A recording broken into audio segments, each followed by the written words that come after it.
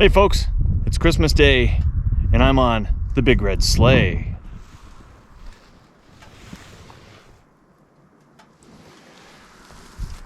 So 50 degrees, plenty warm here in Colorado today, and we're going to do a review on my 2014 Goldwing Comfort Nav Edition.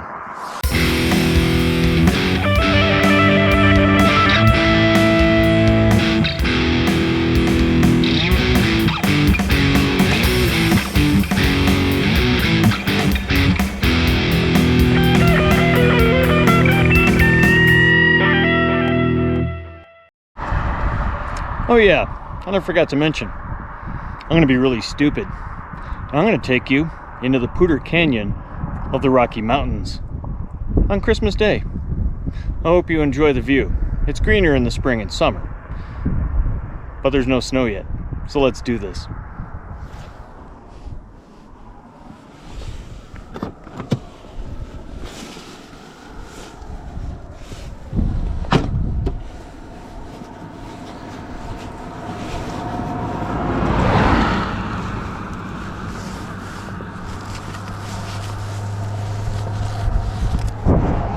Busy road today.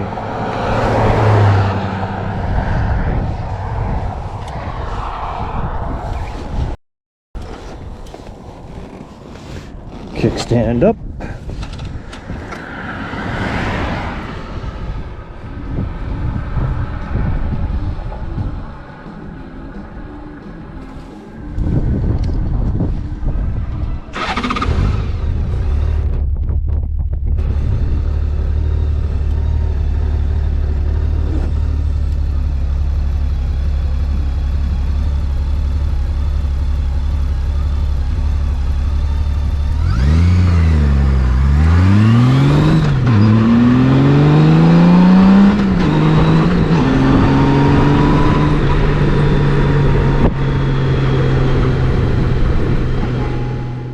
When I rode the Argo to Sturgis this year, I was asked a lot of questions about this Goldwing from the cabins on both sides of me. I haven't really thought of doing a review on it, but what the heck. Maybe you have questions too. Like, out of all the bikes I've ridden, why a Goldwing? Well, was it Cycle World or another magazine I used to subscribe to that called the Goldwing the king of the road for 40 years, until it was finally bested by a BMW K1600. I live in America. Why don't I ride American-made?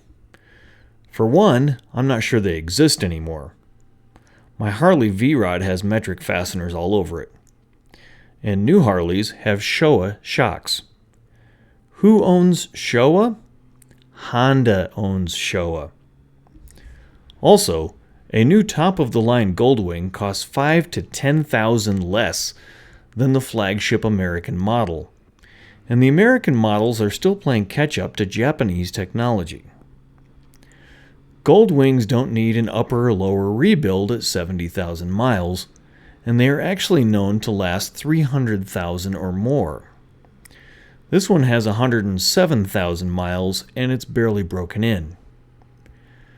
Now, the new Milwaukee 8 engines are topping 100,000 miles, but look how many decades it took to reach that. Also, Harley salesmen have been astounded when I mention that Goldwings have had over 100 horsepower since 2002, and the new ones have 125. The Harley V-Rod had 115 in 2002, but most of the twin cams that everybody rode had 70 horsepower or less, until recently. The new Revolution Max engine has up to 150 horsepower, depending what Harley places it into. The Sportster is only 120. The downside of that is that the engine is new, if you get my point. And if it blenders itself, it's not modular. The transmission and motor are all one unit and might have to be replaced as such. Now, if I had to replace my Goldwing with a Harley, it would have to be the Road Glide Limited, because it has comparable rear suspension. I like the way I sit back in the seat on that bike too. Maybe when I wear this one out. in another 200,000 miles. Did I mention the Goldwing has a reverse gear?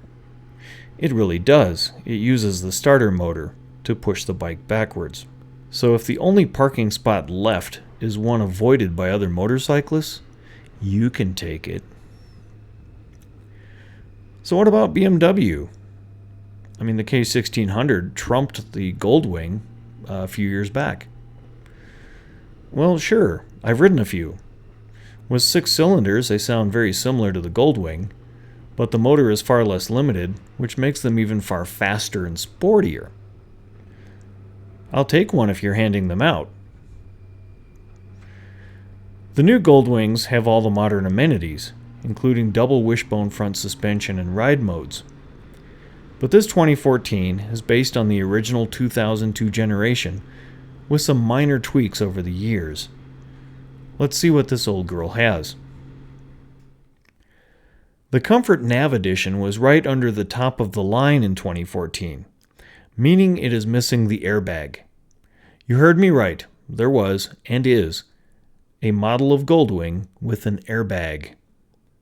The twin radiators put out an envelope of warm air that makes you and your passenger comfortable on cold days. But it's also a little warmer on hot days. I've added these deflectors to guide more air in the summer. The main thing the Goldwing is really known for is the ride. There is no vibration in the bars or the seat to fatigue you.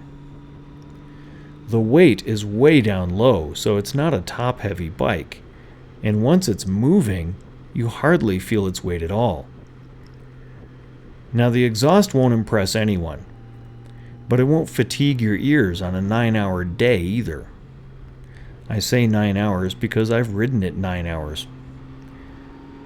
With a lean angle of 40 degrees, it can take corners faster than any 30-degree lean angle cruiser. Although I'm not testing that today. This is a casual ride. With rear suspension that's adjustable with the press of a rocker button, it trumps any glide that's limited to 2.5 inches. The engine is an opposed 6-cylinder, like a Subaru. And just like a Subaru engine, it's very difficult to kill. The advantage to 6 cylinders is that you still get all the torque of a V-twin, but it's much harder to stall. In fact, I've never stalled a Goldwing, even after leaving a stoplight in 4th gear. Oh, she'll let you know all right that you are in the wrong gear, and you still have to downshift to recover. But it doesn't drop you in the parking lot like what almost happened to me with one of my Harleys. My wife recently stalled her Ducati from releasing the clutch. But pull away from a dead stop in 3rd gear on a Goldwing? No problem. Well, she still won't like it though, but you can do it. The Goldwing has a shaft drive. That makes it a heavier bike, close to 900 pounds, but it also means there's no belt or chain to maintain. Change the fluid every 30,000 miles or so and live problem-free. There is one downside to this old wing though, really just the one. It's a 5-speed. At 76 miles per hour, I'm usually reaching for a 6th gear. And the lack of a 6th gear means I'm using more gas than I need to at high speeds, sometimes dropping to 38 miles per gallon. However, the Goldwings use regular octane gas. It has low compression, water-cooled engines. Sure, there will be some curmudgeon out there screaming that his bike runs way better on premium, but his computer is compensating for it and he's just throwing his money away. I'm saving almost $1 a gallon. The seat is all-day comfortable due to the added backrest on this model, and it is heated, stock. So are the grips, by the way. It is standard seating and controls, and I've heard some old guys gripe that they just can't sit that way. Okay, so you are saying that you can't sit at the kitchen table, that you can't sit at a desk, but you can throw a leg over a motorcycle and fling 1,000 pounds of steel into traffic. maybe Harley-Davidson makes a wheelchair that should be considered a better plan. Now, a valid point is a person's height. If you are much over 6 feet, a Goldwing might not be for you. The really tall often migrate to BMWs for that reason. I've got bikes with forward controls and bikes with standard controls. The best is this combination. Put some aftermarket adjustable highway pegs on a wing, and you're good for all-day riding. There is a big advantage to standard pegs. You can stand completely up and ride, which is great for going over tracks or rough patches, catching a better view over the windshield, stretching your legs, or catching some cool air in the summer. Now let's pull over and go over the other features.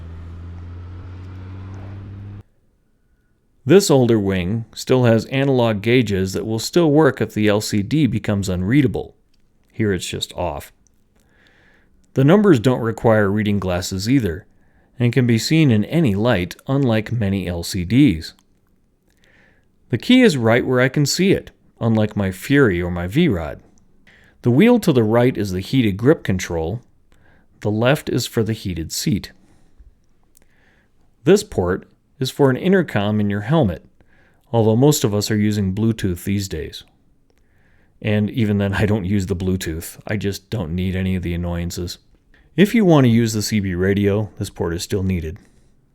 Speaking of the CB, these plainly marked buttons, in tandem with the left-hand controls, control the CB, the intercom, and the stereo.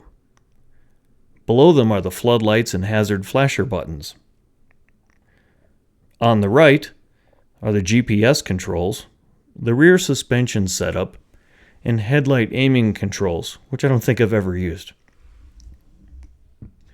The GPS is sometimes useful, but it's much slower and less accurate than just using Google Maps on my phone. And now we come to the comfort part of the model description. This slide opens and closes the toe warming vents. They divert engine heat to your feet. I've never needed to wear insulated boots on my cold weather rides. Do you see the vent? The side cases don't rattle their way off the bike, as I've seen by one certain manufacturer. They also lock with the press of a key fob. Want to put a cover over your bike? The antennas fold down. The rear seat has a heated seat control for your passenger. She can bake her ass off if she wants, but you can stay cool. She can put her chapstick, gloves, and what have you in the little cubbies under the speakers too. Speaking of a passenger, she has the most comfortable throne in the industry, hands down. Some would even say better than the new Goldwings. The brake and clutch levers have adjustable wheels, and the clutch pull on a Goldwing is far easier than most V-twins.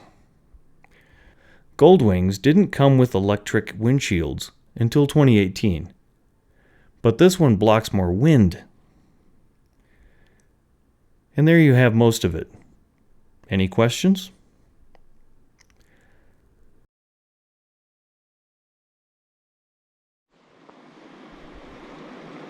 I do hope you all are having a fantastic Christmas this year.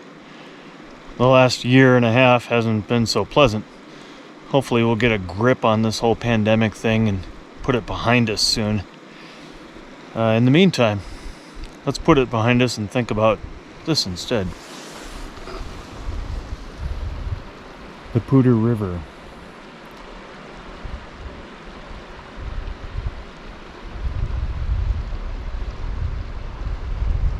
Peace on earth.